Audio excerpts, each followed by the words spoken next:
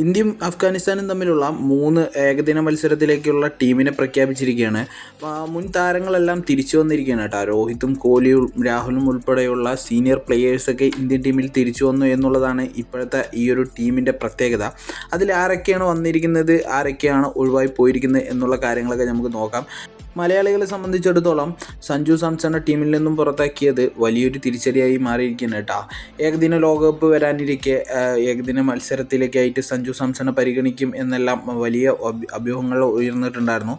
അതിനെ സംബന്ധിച്ചിടത്തോളം വലിയ ചർച്ചകളും വന്നുകൊണ്ടിരിക്കുന്ന സാഹചര്യത്തിലാണ് ഇപ്പോൾ വരാനിരിക്കുന്ന അഫ്ഗാനിസ്ഥാൻ പരമ്പരയിൽ നിന്നും സഞ്ജു സാംസണെ ഒഴിവാക്കിയിരിക്കുന്നത് കേട്ടോ.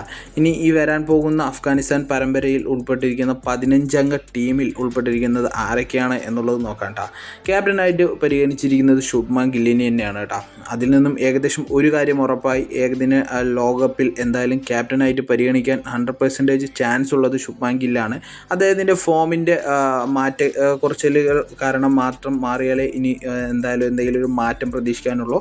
അതേപോലെ തന്നെ രോഹിത് ശർമ്മയും വിരാട് കോഹ്ലിയും ടീമിലേക്ക് തിരിച്ചെത്തിയിട്ടുണ്ട്. കൂടെ KL രാഹുലും ടീമിലേക്ക് തിരിച്ചെത്തിയിട്ടുണ്ട് എന്നുള്ളതാണ് ഇതിലൊരു പ്രത്യേകത കേട്ടോ. ഒരുപാട് കാലങ്ങൾക്ക് ശേഷം ഈ ഒരു സീനിയർ പ്ലെയേഴ്സിനെ ടീമിൽ ഉൾപ്പെടുത്തിയിട്ടുള്ളൊരു കളി കൂടിയാണ്. മെയിനായിട്ടും ഈ ഒരു 3 പ്ലെയേഴ്സിനെ ഉൾപ്പെടുത്തിയിട്ട്, അതുകൂടാതെ ശ്രേയസ് അയ്യർ ടീമിലേക്ക് വന്നിട്ടുണ്ട് എന്നുള്ളതാണ് വേറൊരു പ്രത്യേകത എന്നുള്ളത് കേട്ടോ. പിന്നെ അവിടെ നിന്ന് അങ്ങോട്ട് നോക്കുകയാണെന്ന് പറഞ്ഞാൽ ഇഷാൻ കിഷാൻ ടീമിലേക്ക് വന്നിട്ടുണ്ട്. ഹർദിക് പാണ്ഡ്യ സ്ഥാനം നിലനിർത്തിയിട്ടുണ്ട്. നിതീഷ് കുമാർ റെഡ്ഡി പുതുതായിട്ട് ടീമിലേക്ക് വന്നിട്ടുണ്ട് കേട്ടോ. അതേപോലെ തന്നെ വാഷിങ്ടൺ സുന്ദർ, കുൽദീപ് യാദവ്, ഹർഷ്ദീപ് സിംഗ് ഇവരൊക്കെയാണ് പിന്നെ മറ്റുള്ള താരങ്ങൾ.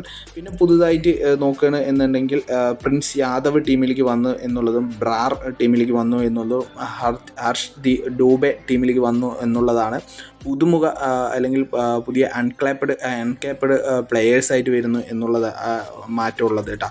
ബാക്കിയെല്ലാം പഴയ പ്ലെയേഴ്സ് അല്ലെങ്കിൽ ഇടയിലടി ടീമിൽ വന്നു പോകുന്ന പ്ലെയേഴ്സിനെ ഉൾപ്പെടുത്തിയിട്ടാണ്.